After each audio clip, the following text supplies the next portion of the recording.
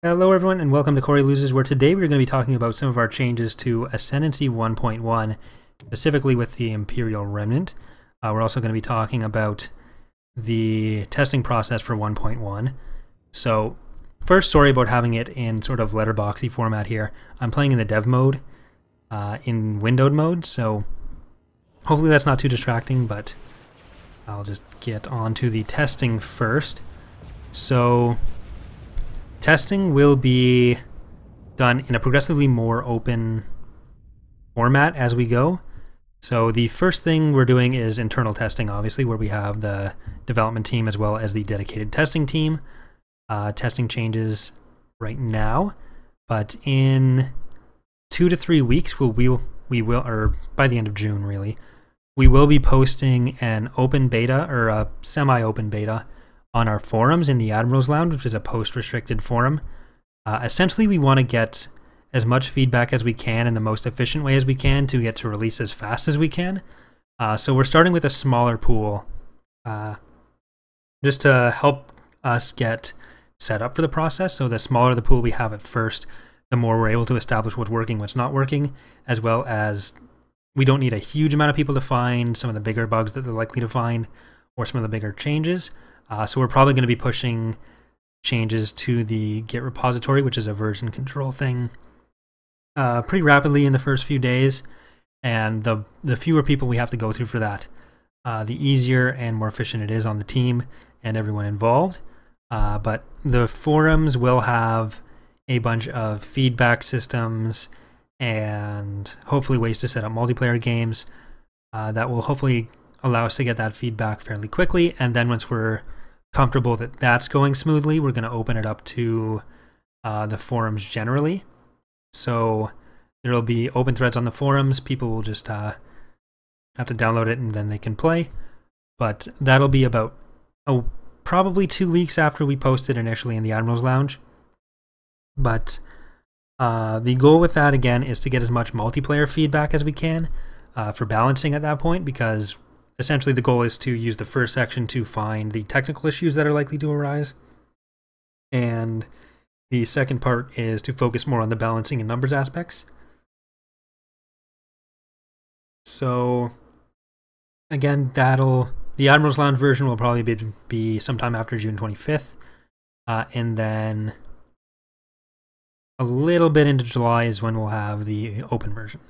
The reason we are sticking this to the forums is because we do need this to be as efficient as possible. The point is to gather that feedback.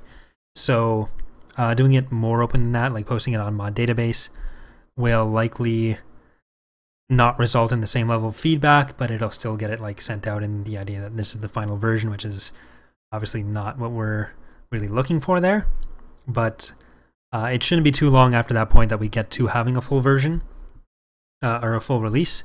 So if you are interested in giving the feedback, please do join the beta.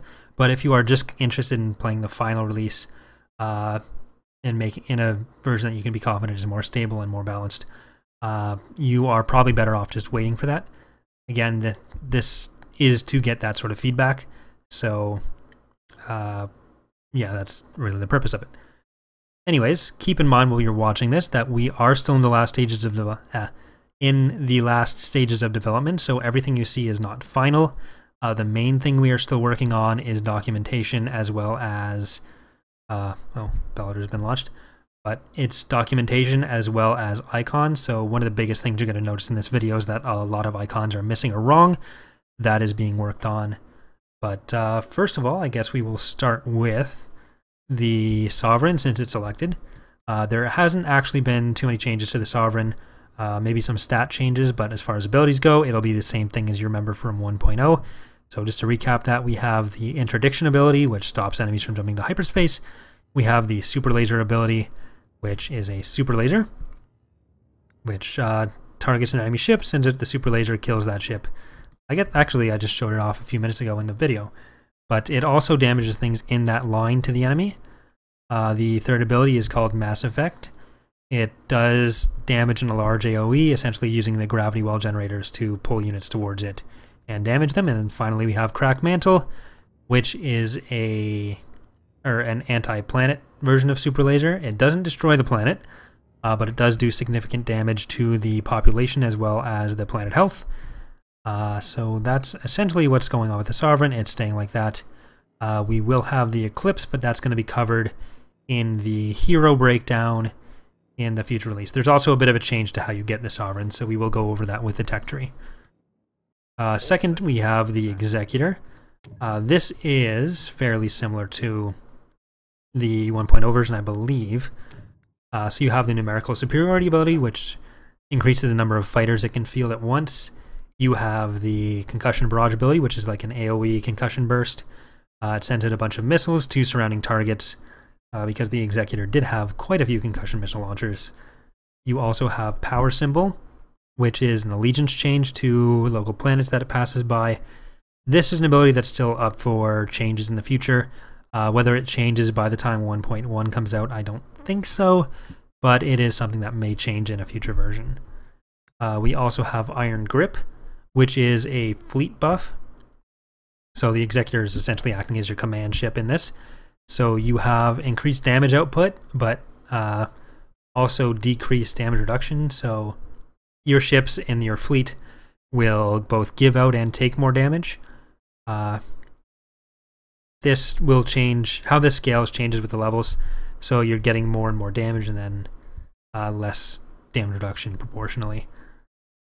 So that covers the Executor. And also keep in mind we've changed pretty much all the unit stats since 1.0, so I'm not going to give a full rundown on that because I don't remember all the changes offhand, but we do have, if you look in the last Ascendancy news post that we put out, we did include an Excel sheet that has all the current unit stats in 1.1, and that's going to be something that we update as we go towards release, and that even between releases. So if you're ever looking for specific information, that'll definitely be something that's available to you, and that's something that might be useful. So I guess the next biggest ship would be the Altor, which is again fairly similar to the 1.0 version. You have the repair and resupply abilities. One of the things we're thinking about doing for the ship in the next release is changing the way repair and resupply work for it. So combining the ability, giving us an extra slot to work with for it, and possibly getting rid of detonate fuel cells, but either way. There were some issues in 1.0 where the Allegiance plus Altor spam became kind of a problem for the Remnant, where people would just spam Allegiances and then have a bunch of Altors backing them up and just repairing them up to full without being able to take any damage. So we've made some changes to how repair works already and made it more of a strategic thing and a bit less of a tactical thing.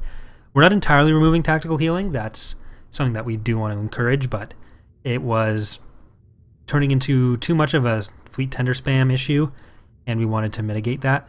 So there's now a limit to how many ships are going to be healing at once, and there's also a little bit of a time delay between when you can start healing again. So hopefully that won't interfere with healing up between battles, so the more fleet tenders you have, the quicker you'll be able to recover from a battle. But it's not a situation where you can have like 23 Altors protecting an Allegiance and then it won't die. Then you have the detonate fuel cell ability, which is a self-destruct.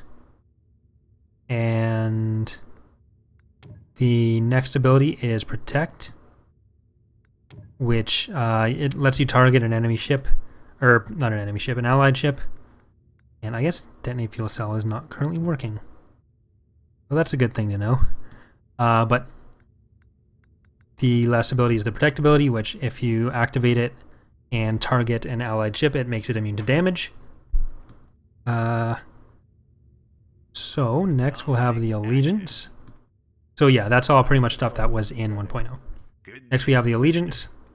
First you have the tractor beam ability, which the tractor beam, not really sure what else to say about that. Then you have Imperial Fuhrer, which is a passive ability for it, which increases its weapon cooldown, or decreases the weapon cooldown. So the more it fires, the faster it fires. It's a regular cooldown, so it's the full 4 seconds at the start of a battle, but then the more it fires, the more it'll stack, and that'll increase it up to, I think, 15%. And I can't remember if that max, I'm pretty sure the max changes for each level, but I don't remember what it changes by. but it's a passive ability, so you don't have to put any input, you just have to tell it to fire, and then over the course of the battle it'll speed up. The next ability, you have Punishing Firepower, which it's another sort of fleet buff similar to Iron Grip, where it increases damage reduction, or it increases damage output and decreases damage reduction, but instead of being a permanent thing like with the Executor, it's a like a more time-limited AoE. And last, this ability is still misnamed. I think it's supposed to be called Glory of the New Order, but it's similar to the Incite Rebellion ability for the MC80 in the last release, but it targets the enemy planet, it decreases allegiance, it decreases planetary actions there, so culture spread, structure build time, ship build time, basically everything like that. It's like a suppression ability. So next we have the Torpedo Sphere. This still needs the last slot filled, I believe. Yes. So it's a lot of the abilities for the Torpedo Sphere are basically just the Mars Dreadnought abilities from the base game, I believe. So you have Raise Planet, which does damage and population damage to the planet. You have the Radiation Bomb, which does damage over time. And you have the Missile Barrage, which is similar to the Concussion Barrage. It sends out a bunch of proton torpedoes, which do significant damage to units around it. So it's essentially a siege platform still. It has had a pretty significant stat change that should help it be a lot more effective in more situations than just planetary attack. But it was already pretty good in that capacity as well. So should be something that Imperial players see a bit more use out of. We do want to redo the asset for this still. It's very ugly and needs a new model and skin. We wanted to do that for this release, but it got pushed off to the wayside, so it'll hopefully be something that we do for one of the upcoming patches after 1.1. If not, or if it's not ready by 1.1 as it is, because we could change priorities in a month, who knows. But we next have the ISD-1. So this, 3 of the 4 abilities are the same as 1.0, I believe. So you have the Established Garrison ability, which is your Colonize ability. You have the Pro-Droids ability, which reveals a planetary well, or a planet's gravity well. There are some changes to how this has worked in the past. So right now, you can only research or only grab this ability at higher levels. It's not something that you can use right away, so this incentivizes you to keep your ISD-1s later into the game and experience farm them a bit, because they do provide some good intel. Next you have the Tractor Beam ability, which is a tractor beam. And then finally the Deploy Mole Miners ability. So the Remnant does have a boarding ability in this version. There are some criteria as to what you need to do to actually get this, which we are going to be going over with their research. So next up we are going to the ISD-2, which I believe is the same situation as the ISD-1, 3 old ones, 1 new one. So Tractor Beam, which is a tractor beam. Numerical Superiority, which is an increase in fighter supply, or fighter numbers. And Cloaking Device, which is the new ability for it. Makes it invisible and untargetable for the duration of the ability. It's a toggle. And next you have the Overwhelm ability, which is your basic power to weapons ability. So the Cloaking Device ability is tied to something similar to the Mole Miners with the regimes, so we will get to that in a moment. Is that all the capital ships? I think we did Allegiance, ISD-1, ISD-2, Torpedo Sphere, Altor, yes. So next we'll get to defense. We're going to go to the defense tree first, actually. Or research, we're going to go to the defense tree first. So right now it still says Naval Command Center, but we have changed the Remnant's starbase for this release.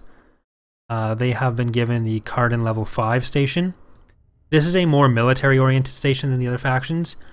So where the Veladuja and the Empress are kind of like fleet-oriented, so they do repairs, resupplies. They have a lot of other modules like that. They're like hangar defense in a lot of ways as far as their military capacity. So Veladuja, I guess, has a bit more direct firepower. Empress is a bit more on the carrier end of the spectrum, but the Cardin is, or Cardan, I'm going to say Cardan, whatever. The Cardan is more just direct firepower. So as you upgrade it, it'll get more and more powerful. It's meant for direct station-to-ship combat. It does have the ability to have some of these other modules, but they're weaker than for other factions, and most of its stuff is geared towards direct military conflict. So that's the Cardan. A lot of lights on that. And now we will go, I guess, directly into the regime tree, because this is where most of the changes for the Remnant in the research tree has come for this release. So you have 3 choices. You have the Dala branch, you have the Pelion/Thrawn branch. Right now it just says Pelion. And you also have the Palpatine branch. So each of these have some slightly different focuses, some slightly different abilities and benefits. Dala and Pelion are slightly more fleet focused with some other nuances in that, whereas Palpatine is where you go if you want the super weapons. So Palpatine is probably more useful, or not more useful than the other ones, but you're more likely to go for Palpatine if you have heroes on than not, because one of his big things will be the Eclipse, and essentially the Palpatine branch as a whole is geared around these big individually powerful things that you also have the capability of losing. So let's take a look here. You have the TIE droids, which is, everyone has a unique fighter. There's the Scimitar assault bomber, you'll have the TIE droid, and we haven't done anything for Dala yet, but we are most likely going to be doing that. You have the Inexorable, which it used to be a universal tech for them, but it's now the chance to resurrect a ship on death is strictly limited to the Dark Empire or Palpatine's branch. There's also a lot of cultural debuffs if you pick Palpatine, just off the hop. So keep that in mind if you're going for him. You are going to win through military conquest, and if you lose your stuff, you are not going to win through military conquest. But you go from there. You have the rush training, so you don't have as much capability of gaining experience. You're more going for your ability to build up the fleet. You have Fortress Worlds, so essentially in the vein of BIS. So increased tactical slots. You have, I think, 2 levels of that? No, so level 1 is the increased tactical slots. Level 2 is additional star bases, so you can get up to 2 Cardans on the world. That's what it is. Emperor's Will, which is increased cultural resistance, but again, a huge downgrade to your ability to spread your culture. Keep in mind, none of these numbers are final. A lot of them will change during testing. His next thing, he does get access to the Sovereign. So if you want the Sovereign as your Titan, this is just to get the option to build it or the Executor. You have to come to this branch. Everyone else gets access to the Executor. Palpatine gets access to either the Sovereign or the Executor. He also gets the World Devastators, so if you want... the production method for the World Devastators does remain the same, so you have to scuttle one of your planets, and then you'll be able to get the World Devastator that way. So you just press the scuttle button when you have that research, and then world will die, but it'll turn into an asteroid, really. It's like the strip to a core mechanic, or strip to the core mechanic in the base game. The next thing you have is the Galaxy Gun. So there will be some changes to how the Galaxy Gun works in this version. Since the last version we released, the Galaxy Gun, or the developers of Sins, who are not the same as the Galaxy Gun, have added the ability to add the strip to the core mechanic to, or to be able to impose that on something, so apply that to a buff, which means we may switch from the way it works now, like completely annihilating the planet, to that, where it just turns into the asteroid version. We may or may not go with that, but one thing we are definitely doing is limiting how many times you can use it. So the number we're playing with right now is 3, so you'll get to fire the Galaxy Gun 3 times total. It'll cost a lot of money, but you will destroy those 3 worlds. And it won't turn into a thing where you're just waiting for the Remnant players to destroy all your territory, and the Galaxy Gun will still be vulnerable to early attacks. Or not early, to any attack, really. So you'll need to protect it if you want to be able to use that. That's Palpatine's main thing. He'll also get the Eclipse. So we're going to be talking about heroes separately in their own videos. But one of the main draws for the Palpatine branch is that your hero is the Eclipse, but you only get one of them. So once that hero's dead, you do not get it back. That's basically the big theme with Palpatine. You're getting these big weapons, but you're going all in on those weapons, and once they're gone, they can't be replaced. So he's more of a risk than the other factions. So if you're playing more competitively, unless the numbers are way off, you're probably not as likely to go with Palpatine. But anyone who just wants those super weapons or wants to take that risk, that's really when you'd go for him. The Dala tree, so you support Dala, you have the Maw installation tech, which gives you faster research in general, something that you can't get with either of these guys, or any of the three. You have basically increases to the... it's on the theme of Imperial unification, and along with Thrawn and Pelion, I guess they're more fleet-oriented. So you have an increase to fighting in defensive Imperial territory. You have the Metal Crystal Phase Shifter, which was an experimental device in the in the Maw. So we've turned that into a general buff for her. You have the Imperial Purity Tech, which is increased supply when you're only allied with other Imperials. You have the Ruthless Tech, so increased bombing, increased bombing damage, and population guild. She has a unique unit as well, which is the Crimson Command VSD, which is one of the stronger cruisers in the mod. I did have one built over here somewhere. Here we go. So it's a red Victory Star Destroyer. Has some increased stats. And then forward bases. So the text tooltipper for this is wrong right now, but it does increase the speed at which you build star bases. So her thing with heroes, and I guess one of her main hooks as a sub-faction sort of, is her hero unit.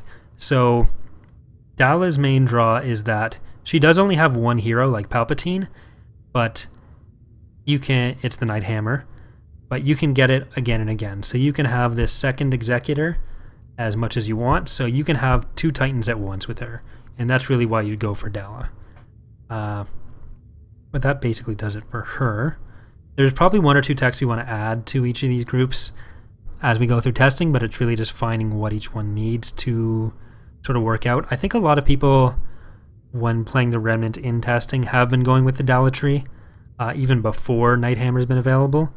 So that might end up being a thing where we might have to look at. It might just be that Pelion and Thrawn aren't actually in yet, and they're one of the bigger... as heroes, they're some of the better ones. But with Pelion and Thrawn, you get the Scimitar Assault Bombers, field training, so you get increased experience, deploy mole miners, which is that ability I mentioned earlier. So the cloaking, I think is this, yeah, cloaking device and deploy mole miners. These are both abilities that you can only get through Thrawn and Pelion. This is based on the raid at Sluivan, where they captured all those Mon Calamari cruisers. You have the integration tech, which makes them... the Remnant's never going to be a super strong cultural power, but this gives them a bit more to work with in that direction. You have the mixed race military, which is another supply increase. Then you have 2 of the heroes. We haven't done the 3rd tech in here yet, and we are going to cover those heroes separately. And you have the Pelion Gavrisson Treaty, which so it makes it easier for them to deal with other factions. So where Dala is mostly wanting to work with Imperials, Palpatine is probably not going to work with anyone at all. Pelion and Thrawn, they're more of the balanced version of that. So I think that about does it for them. There's not a huge amount of difference in their military and governance trees between this version and the last version. 1 or 2 things, but nothing super different. There's probably 3 or 4 tech we want to add between these trees between now and when testing is done, but that'll again depend what we decide or what the testing reveals they need. But I think that covers most of the major changes for the Remnant. So hopefully this sounds sounds like it'll be fun or exciting to you guys. We're really looking forward to everyone being able to play this version of the mod and get that feedback in, because it's been like a year since the last release and a lot has been changed, and we talked about it in the last news post, but we're hoping to change the way we do releases going forward, where we're able to be a lot more responsive to feedback, so we won't have the same situation in the future where we've gone so long without a release. So we do plan to do like smaller patches between the major content patches, which are going to be more faction oriented in the future. So every few months we'll be releasing, or as necessary, we'll be releasing like balance changes, a few mechanic changes, maybe some new stuff like random events or some new militia forces. But that'll hopefully help with the mod's progression and help it keep going in a better direction. So yeah, so thank you so much for watching, everyone. We'll be back with the Empire of the Hand version of this, or Empire of the Hand overview, in the probably next week. I'm not 100% sure. I'm going to be starting the Empire of the Hand Imperial Civil War playthrough tomorrow, and I'm going to be helping my sister move this weekend, which is going to make it a bit difficult to get too much done, but I'm hoping to get the Empire of the Hand one up next week, and then the Heroes up the week after that. There's still a few assets that need to be done for the Heroes, but that aside, we will get that out as soon as possible, and then again, the beta will start by the end of the month. So thank you so much for watching, everyone. We will see you next time.